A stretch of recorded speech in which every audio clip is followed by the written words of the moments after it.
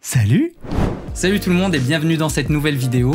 Ça fait un petit moment, mais ça me fait très plaisir de vous retrouver pour un format qui vous a plu et que j'ai pas refait depuis quelques mois.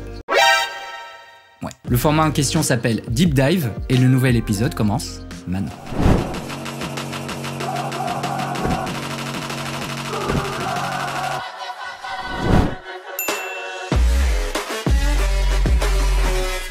Alors pour celles et ceux d'entre vous qui viennent de nous rejoindre sur cette chaîne, qu'est-ce que c'est que ce format Deep Dive? Alors dans ce format, je pars à chaque fois sur l'une de mes vidéos longboard dancing que je vais vous disséquer, vous expliquer exactement comment je raisonne pour faire telle ou telle figure à tel ou tel moment, en espérant que ça vous aide dans votre processus d'apprentissage et aussi à comprendre d'une manière un peu plus large ce qui est le longboard dancing. Et le clip qu'on va décortiquer aujourd'hui, c'est celui-là.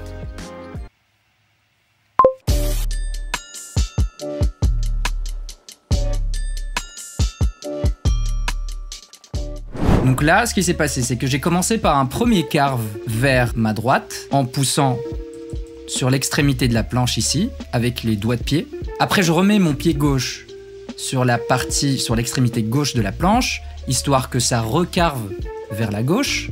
Je veux maintenant recarver vers la droite, donc je vais faire pareil, je vais mettre mon pied droit sur l'extrémité droite de la planche. Et c'est là où je vais pivoter tout mon corps, donc là, en sortant de ce dernier carve, je vais mettre le pied arrière sur l'extrémité droite de la planche. Ce que je vais faire, c'est que je vais pivoter mon pied avant. Là, comme vous pouvez le remarquer, mon talon, il est bien sorti sur la partie droite, parce que là, je suis en train de carver vers la droite. Là, ce que je vais faire, c'est que je vais pivoter mon pied avant en transférant mon talon de la droite à la gauche. Et comme ça, je m'assure que la planche continue son carve. Donc là, je sors d'un carve vers la droite, vers un carve vers la gauche. Donc là, ce carve-là, je vais l'agrémenter par un push. Donc ce que je fais ici, je le fais très souvent, c'est qu'au lieu de juste pousser d'une manière traditionnelle, j'essaie d'utiliser le push comme si c'était quelque chose qui faisait partie d'une figure. Et donc là, en sortant de ce pivot, je vais pousser un petit peu, histoire de gagner un peu plus de vitesse, mais je me remets pas en position standard. Je vais tirer mon pied, hop, et le préparer pour une autre transition.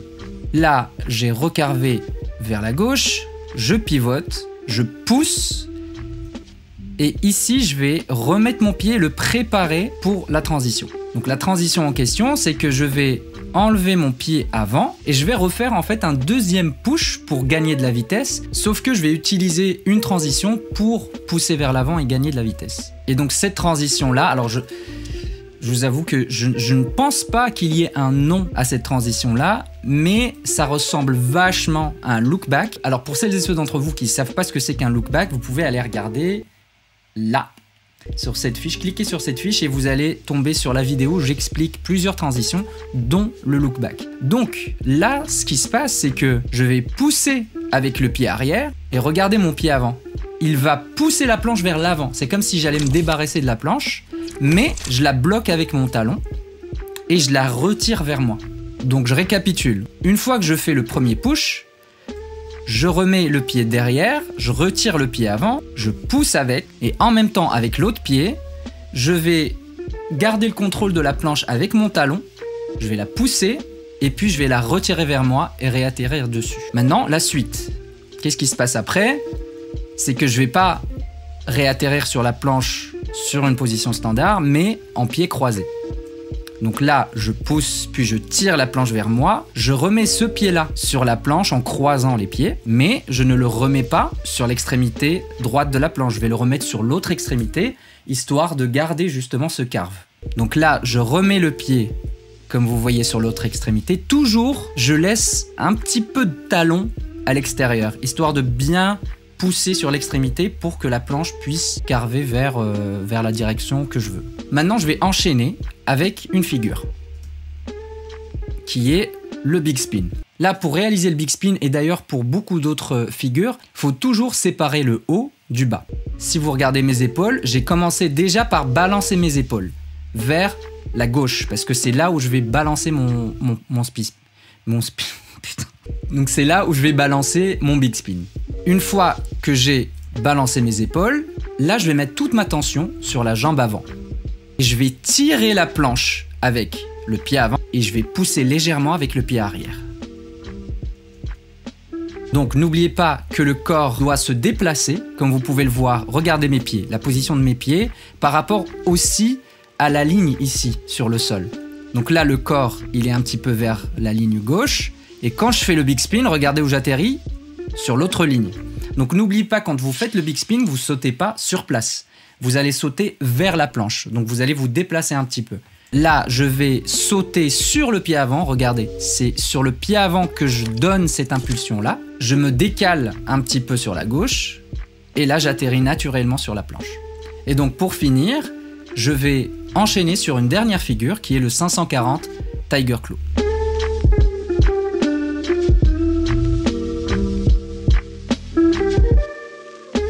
Vous allez commencer par popper la planche avec le pied arrière. Vous n'allez pas la popper devant vous. Vous allez la popper sur le côté. Donc moi, je suis régulier, je vais la popper sur la droite. Si vous êtes goofy, vous la poppez vers la gauche.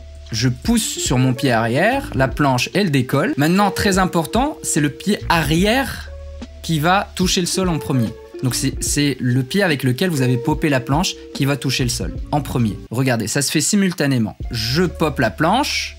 Le pied arrière, je le mets par terre, comme ça je saute par-dessus. Et en même temps, je vais aller attraper la planche. Je ne l'attrape pas au milieu, je ne l'attrape pas vers l'arrière, je l'attrape un peu plus vers l'avant. Donc j'attrape la planche, je fais le premier pas. Je commence à pivoter la planche.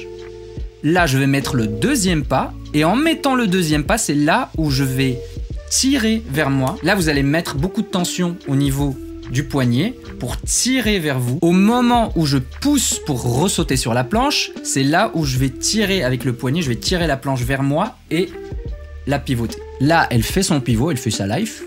Moi, je saute et normalement, si on a assez de force dans le poignet pour pivoter la planche, naturellement, une fois qu'on va atterrir sur la planche à l'endroit. Le problème qu'on peut rencontrer au début avec cette figure, c'est que au moment où on va prendre la planche et on va la pivoter, on va pas la pivoter avec assez de force et du coup quand on ressaute sur la planche, on risque de ressauter sur la planche qui est à l'envers ou éventuellement se prendre la planche dans le tibia. Ça peut arriver et c'est pour ça que à chaque fois que vous chopez la planche, essayez de non pas de la pivoter juste d'une manière passive, mais de la tirer vers le haut. Donc une fois que vous chopez la planche comme ça, et commencez à la pivoter, vous allez tirer vers le haut et la lâcher. Comme ça, la planche, elle va pouvoir faire son pivot rapidement et quand vous atterrissez dessus, vous allez atterrir sur la planche qui est à l'endroit.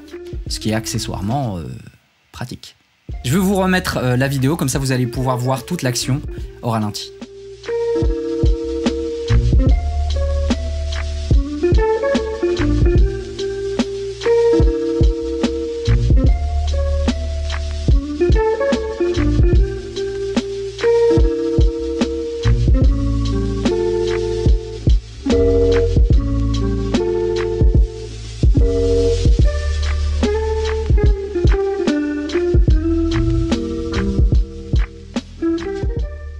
Voilà, l'épisode arrive à sa fin. Je vais vous donner quand même un petit conseil pour consommer ce type de contenu.